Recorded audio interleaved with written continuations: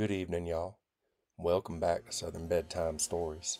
Tonight we have a special request from one of our subscribers, Vix the Homegirl.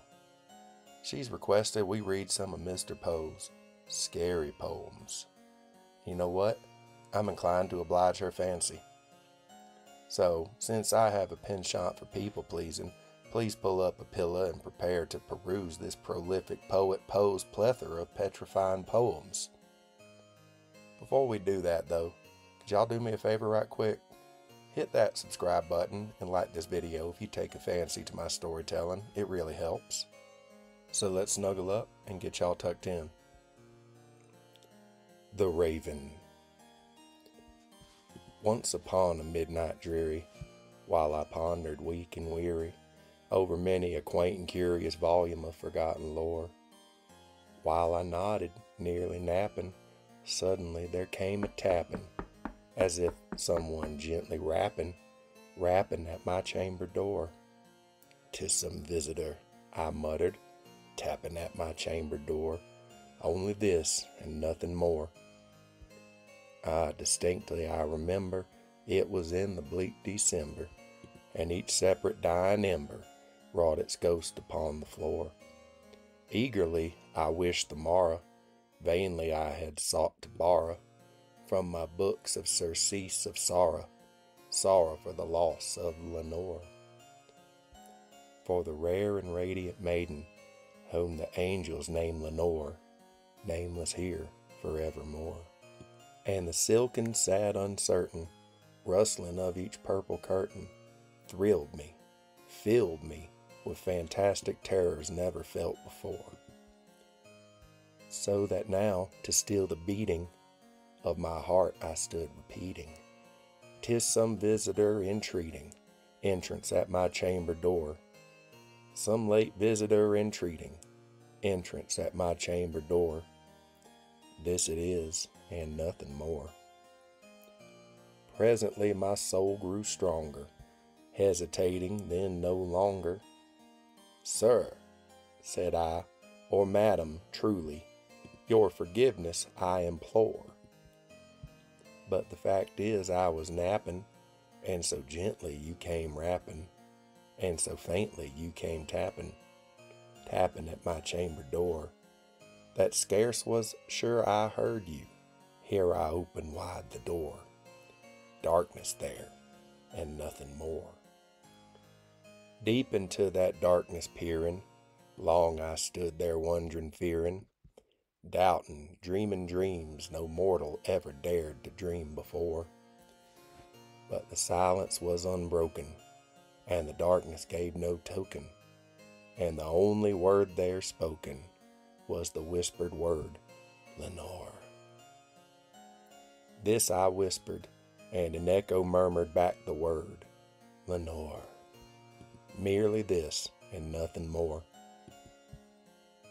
Back into the chamber turning, all my soul within me burning, soon I heard again a tapping, somewhat louder than before.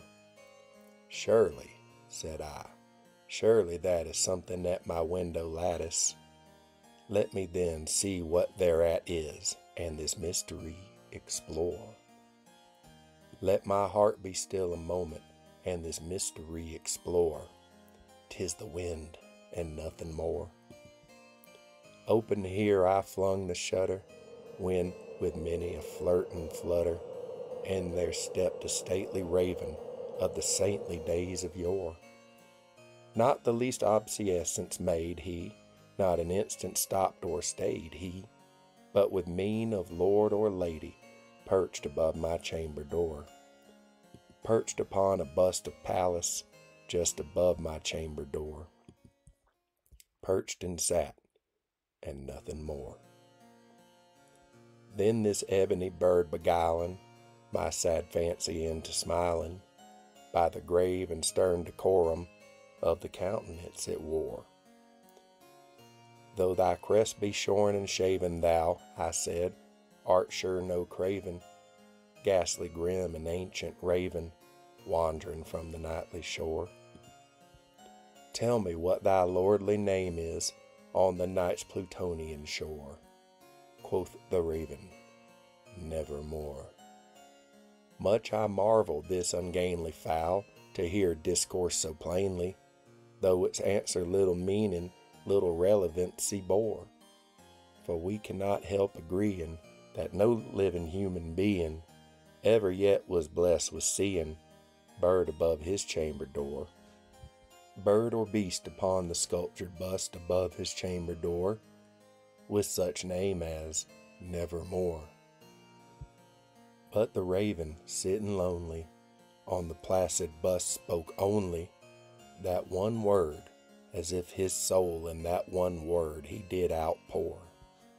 Nothing farther than he uttered, not a feather than he fluttered, till scarcely more than muttered, other friends have flown before. On the morrow he will leave me, as my hopes have flown before. Then the bird said, nevermore.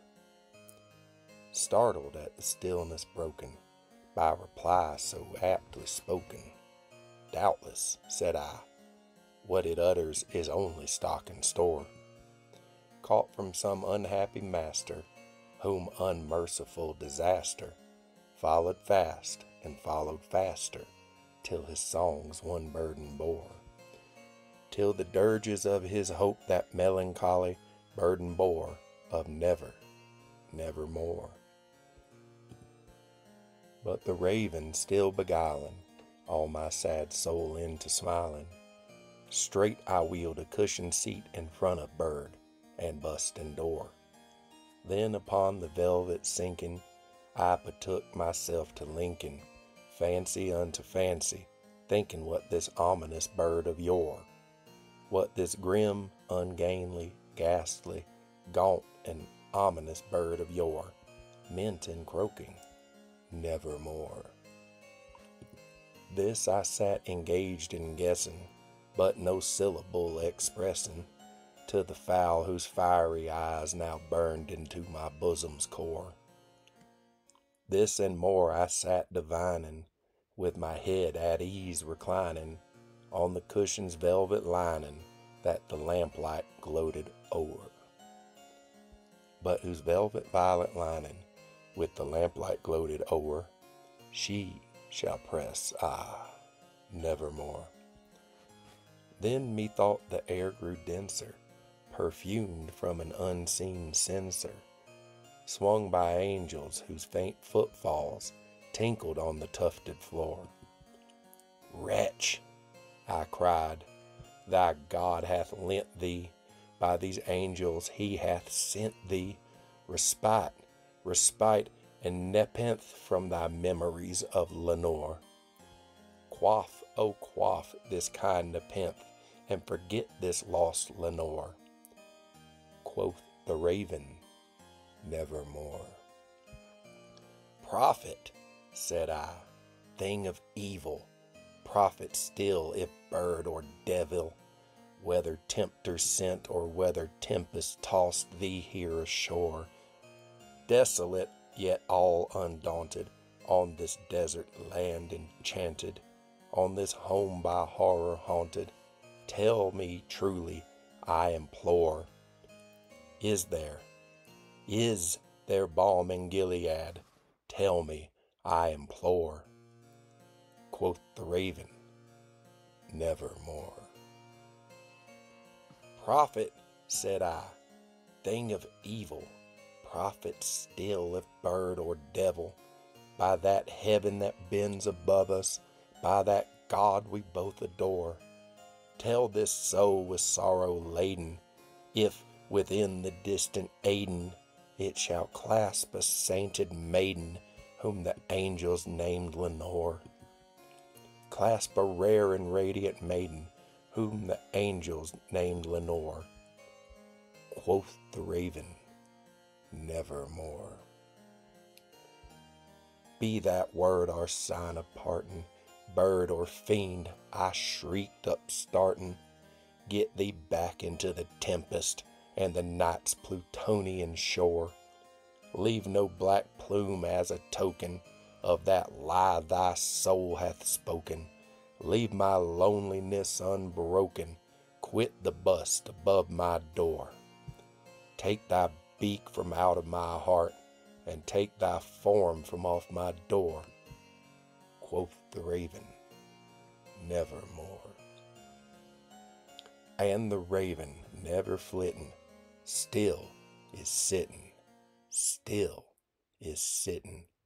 on the pallid bust of Pallas just above my chamber door. And his eyes have all the seeming of a demon that is dreaming, and the lamplight o'er him streaming throws his shadow on the floor. And my soul from out that shadow that lies floating on the floor shall be lifted nevermore. The end. So reading that poem got me wondering, who is this Lenore? Did a little bit of searching and found out that Lenore is a fictional character that Edgar Allan Poe generally used to represent lost love. Most scholars think that she's actually a representation of his own deceased wife, Virginia. It's quite sad, and he wrote several more poems featuring her, one of which we're about to dive into right now. Lenore by Edgar Allan Poe.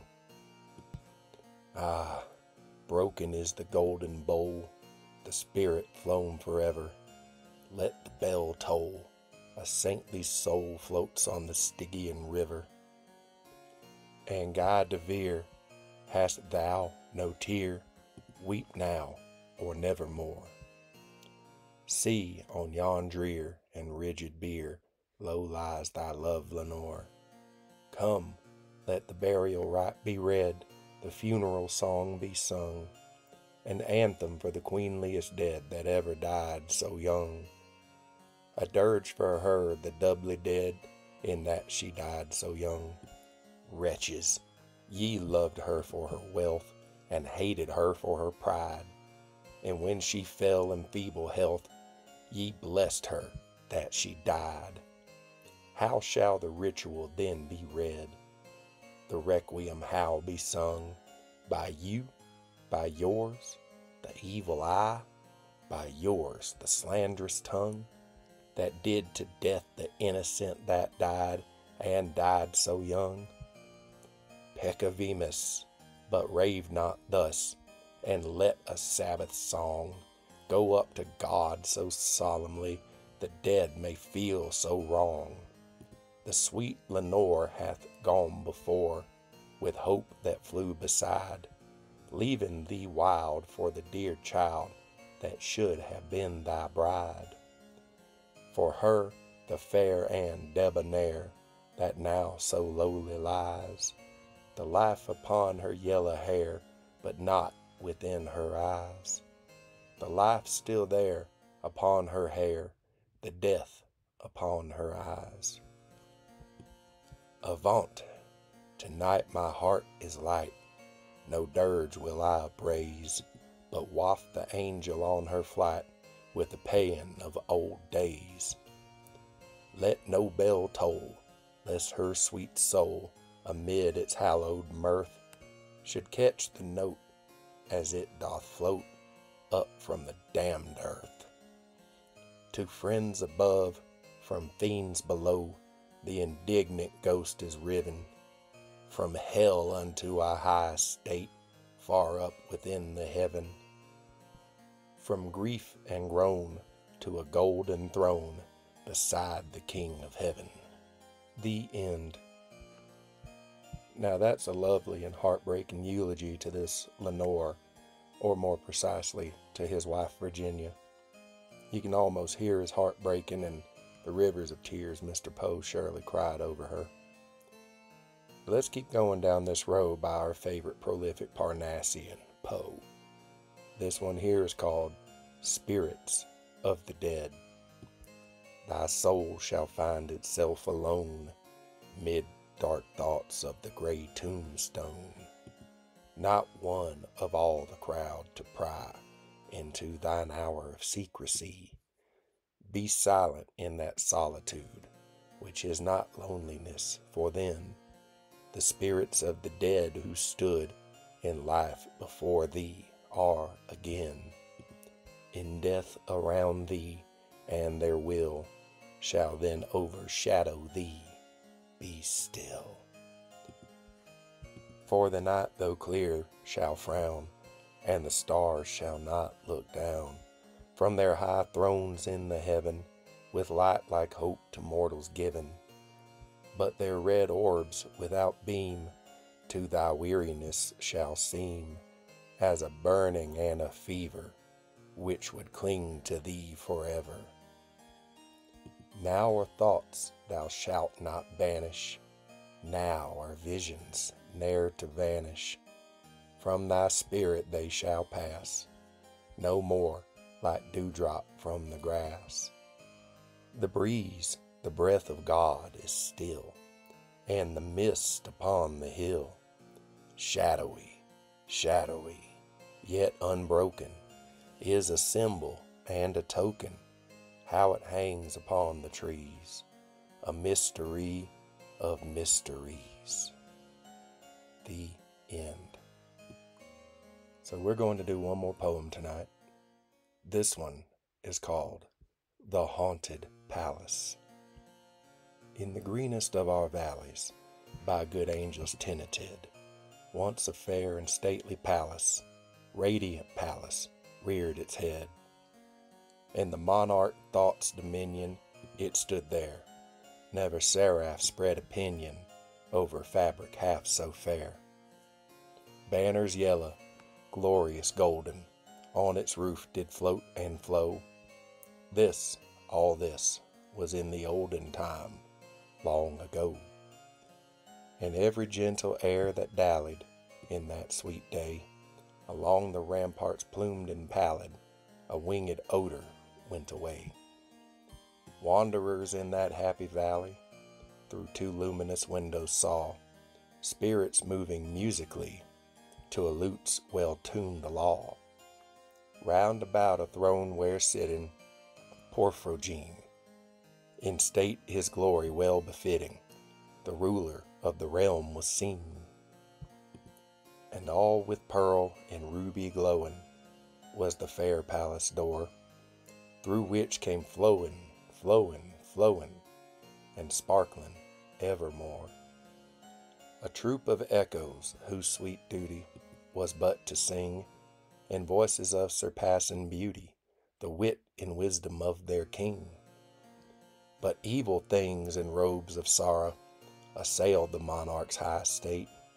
Ah, let us mourn, for never sorrow shall dawn upon him desolate. And round about his home the glory that blushed and bloomed is but a dim remembered story of the old time entombed. And travelers now within that valley through the red litten windows see vast forms that move fantastically to a discordant melody, while lie a ghastly rapid river through the pale door. A hideous throng rush out forever and laugh, but smile no more. The end. Thank y'all for joining me tonight as we dived into some of Mr. Edgar Allan Poe's collection of poetry. Hope y'all will remember to hit that subscribe button and join me as we continue reading some of these classic stories that help you drift off to sleep.